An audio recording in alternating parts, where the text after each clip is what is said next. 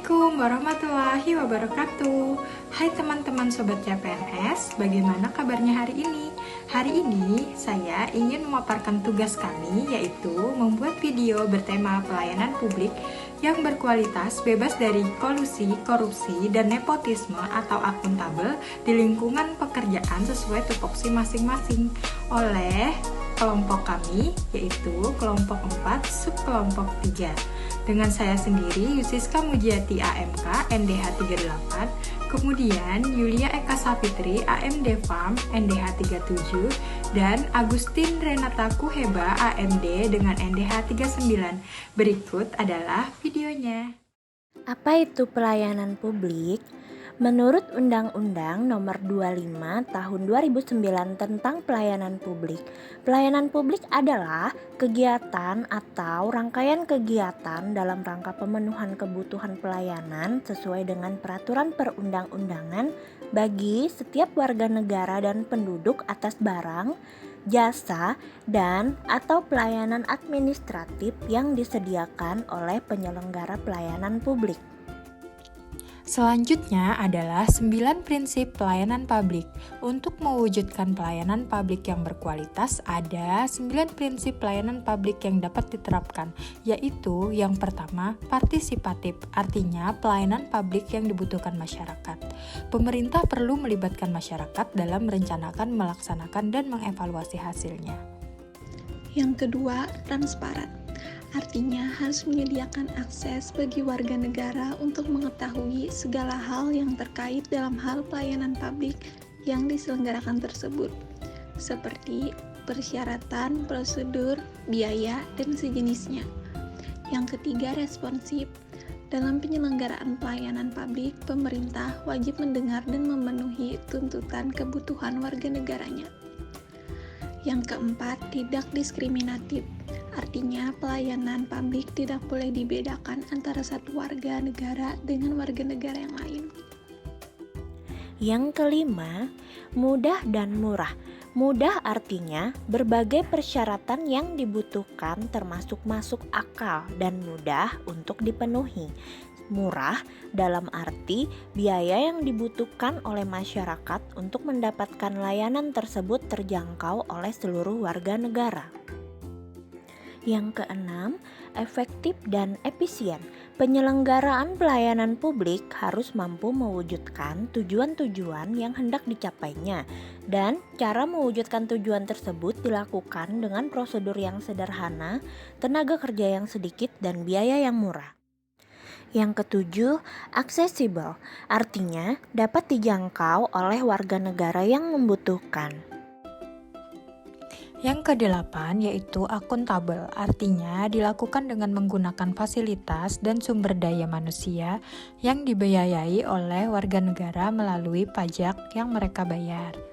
Kemudian yang kesembilan, berkeadilan, mampu menghadirkan rasa keadilan bagi kelompok lemah ketika berhadapan dengan kelompok kuat. Agar pelayanan publik bisa berkualitas, maka harus dijauhkan dengan yang namanya KKN.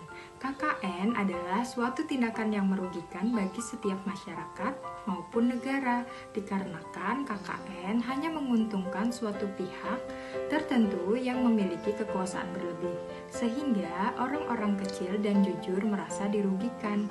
KKN adalah gabungan dari kata kolusi, korupsi, dan nepotisme. Korupsi adalah perbuatan yang buruk seperti penggelapan uang, penerimaan uang sogok, dan lain sebagainya untuk memperkaya diri sendiri atau orang lain atau korporasi yang mengakibatkan kerugian keuangan pada negara. Kolusi adalah permufakatan atau kerjasama secara melawan hukum antar penyelenggara negara atau antar penyelenggara negara dan pihak lain yang merugikan orang lain, masyarakat, atau negara. Nepotisme adalah setiap perbuatan penyelenggara negara secara melawan hukum yang menguntungkan kepentingan keluarganya atau kroninya di atas kepentingan masyarakat, bangsa, dan negara. Ada 5 langkah strategi dalam membangun zona integritas menuju wilayah bebas korupsi atau WBK dan wilayah birokrasi bersih melayani atau WBBM, yaitu Komitmen pimpinan dan semua pegawai dengan melibatkan bawahan dalam melaksanakan reformasi birokrasi, menularkan semangat dan visi yang sama. Contohnya yaitu seorang asisten apoteker berkomitmen menjalankan tugas kefarmasian sesuai ketentuan SOP sesuai kode etik kefarmasian, tidak melakukan hal-hal yang bersifat tidak jujur seperti membawa pulang obat tanpa seizin atasan dan tidak sesuai keperluan atau SOP. Kemudahan pelayanan, menyediakan fasilitas lebih baik dengan semangat hospitality untuk kepuasan publik. Contohnya, sebagai seorang asisten apoteker harus tanggap, cepat, serta mempermudah dalam pelayanan kepada seluruh lapisan masyarakat tanpa membeda-bedakan.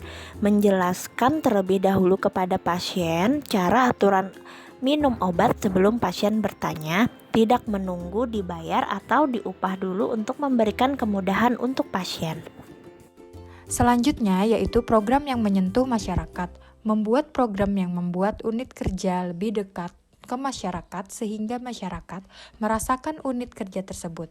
Contohnya yaitu saya sebagai perawat melakukan kunjungan kepada masyarakat guna melakukan pendekatan secara menyeluruh baik bio, psiko, sosio, dan kultural kepada masyarakat tanpa pamrih atau mengharapkan imbalan dari masyarakat.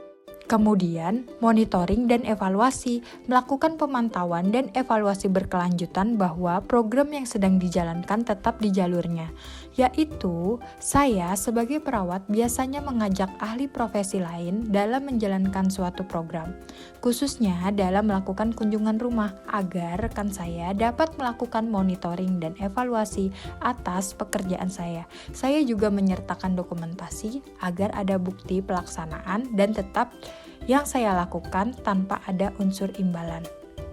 Yang kelima, manajemen media, yaitu menetapkan strategi komunikasi untuk memastikan bahwa aktivitas dan inovasi perubahan telah dilakukan, diketahui oleh masyarakat.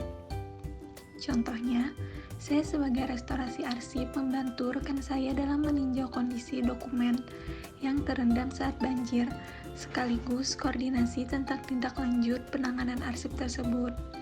Merestorasi dengan cara membantu membuka lembaran yang tertempel dan membersihkan kotoran yang ada pada arsip, lalu memasukkannya ke dalam box agar tersusun rapi sesuai kesamaan.